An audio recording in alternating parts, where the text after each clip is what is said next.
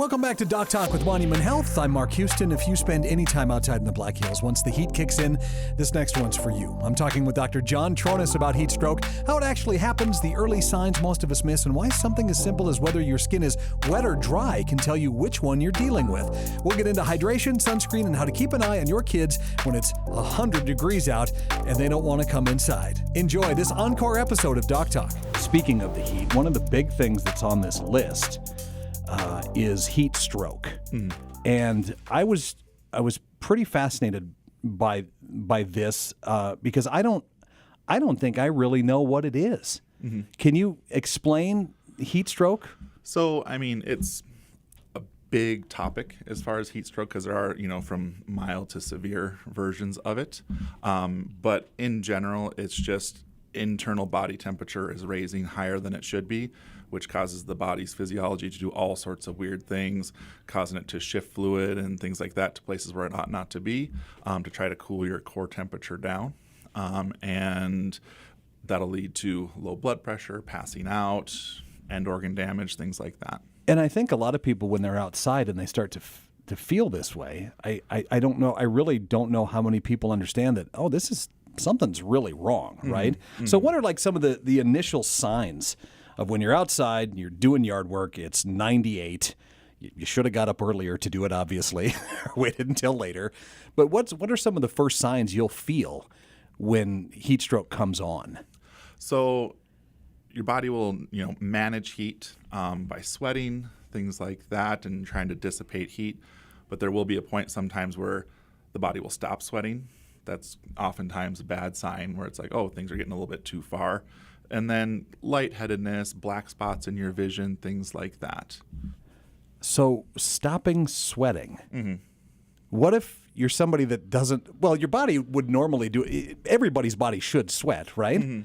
Are there ever instances where some people can handle it better and they don't as much? Yeah, some people handle heat better, and those people might not be as prone to heat stroke as other people. But no, I mean, everybody's going to sweat to some degree from certain parts of the body. Then what's the first step you should take if you start to notice this happening? I mean, if you're out in the heat and you're feeling lightheaded, you're getting kind of black spots in your vision, I mean, get to someplace cool. If you can get inside with air conditioning, or if you can get under a shady spot and try to hydrate as much as possible. The interesting thing with it is that your temperature will actually go up. So your internal body temperature will go up, but the external sources that will often do, like temporal scanners or even oral or ear temperature, won't always be super accurate.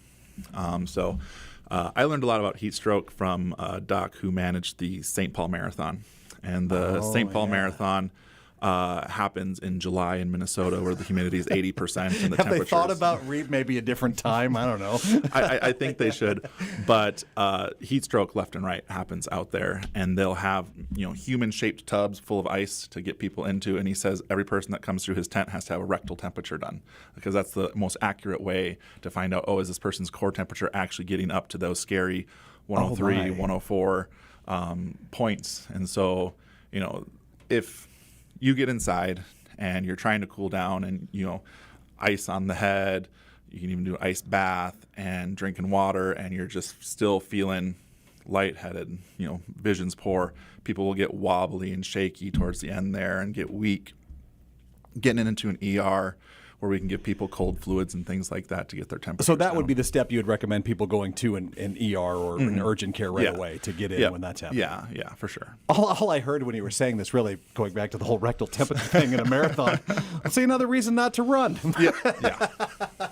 All right. Well, that again, we don't. I mean, we have a good 3.5, 4 months out of the year maybe where it can be serious here, right? But I suppose heat stroke could happen. Like in the wintertime indoors somewhere too? Would that be? I've never seen that. Really? No. So it's more of an outdoor under the sun. Yep. Thing for sure. Body exertion.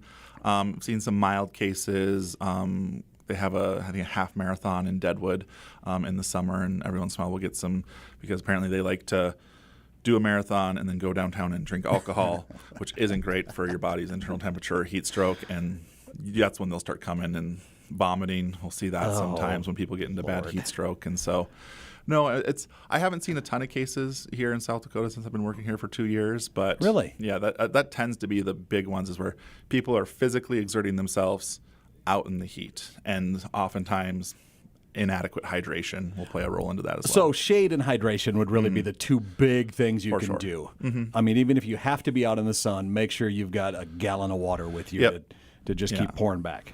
When kids are out playing, I don't think a lot of times you think about that. Because if you remember when we were growing up, we'd go out, we'd play, you'd get really terribly sunburned, which of course is another big thing, big deal.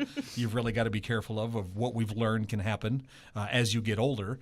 But how do you what steps do you take to prevent that when it's a nice 90-degree July day and your kid wants to be outside the whole time?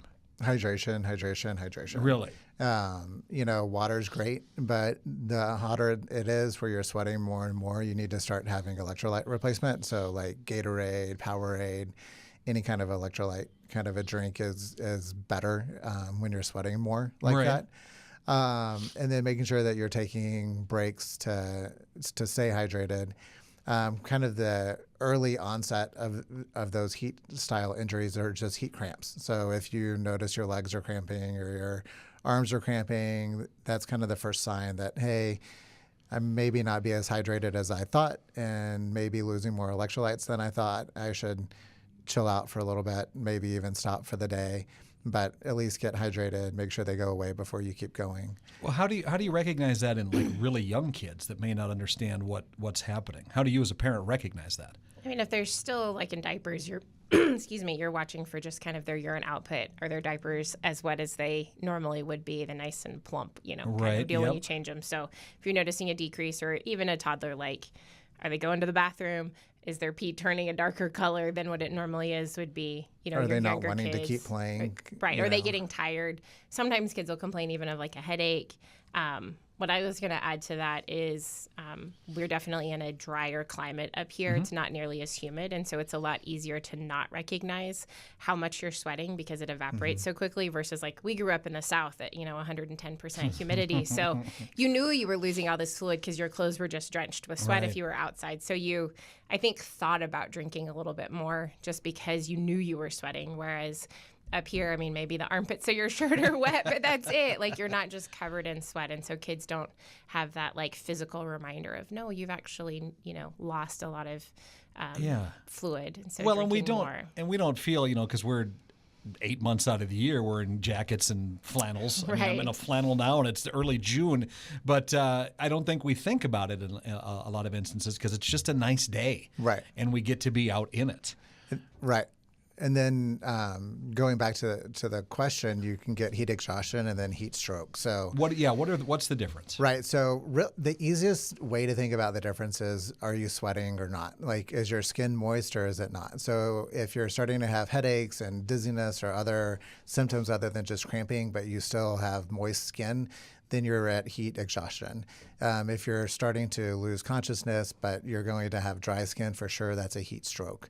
And obviously, both of those can be life-threatening. Both of those are really serious. You need to get to an emergency room because at that point, you're probably so dehydrated, you're probably not going to be able to just replace it orally with just fluids and that kind of stuff. So just making sure that you still have wet skin versus dry skin is the easiest way to think about the difference. Oh, that's okay. Very interesting. Yeah, I guess I wouldn't have made that connection. I'm not the smartest person. I have to have easy ways to remember stuff. So, Well, it's been working. And then sunscreen to go along with that. Which the recommendation is not to use a combo product. So don't use sunscreen and insect repellent together, but apply sunscreen first and then spray repellent on top of it. Okay, now is there No deal. recommended sunscreens now? Because boy, the debate on this has been just everywhere, right? SPF 15 to 30 is really all that you need. Really? They're looking at, they're still doing more research to see if anything greater than 50 is even helpful or not. But most people are good with 15 to 30. That's kind of the big one. And then what is it? Oxybenzone. Yeah, the oxybenzone, you don't want that in your sunscreen. It can mess with your kids' hormones, is what they've shown in the research. But any sunscreen is better than no sunscreen. So even if Okay. it has oxybenzone in it, it's okay, but if you could find it without it. That would be better. That would be better. And then the other thing, like for babies, like 6 months and under, you can't put sunscreen on babies. So it's just not recommended, period. So then you're looking at protective clothing barrier, sun hats, the long sleeve swim shirts, sitting in the shade, under the umbrella, that type of deal. So even if you were going out to the lake or the beach, like having a little beach umbrella so that you're just blocking the sun's rays from the baby. Okay. And then even after that, like above 6 months, toddlerhood age, the barrier clothing, like all the swim shirts and things are going to be kind of your best bet. You don't have to remember to reapply if they're wearing a long sleeve shirt sort of deal. Yeah. I will say that the quality matters on those. They do wear out. After so many washings, I don't think they're as effective. We actually had one of our sons, we were out at a lake, like doing a lake day one year, and had on swim shirt, but it was a white one, and I just think it had been used too many times, and he ended up sunburning through it. Just say, wasn't thinking, hadn't paid attention, and if they had their swim shirts on, I didn't sunscreen underneath them. Of course, yeah. Okay. But just something to kind of think of as well.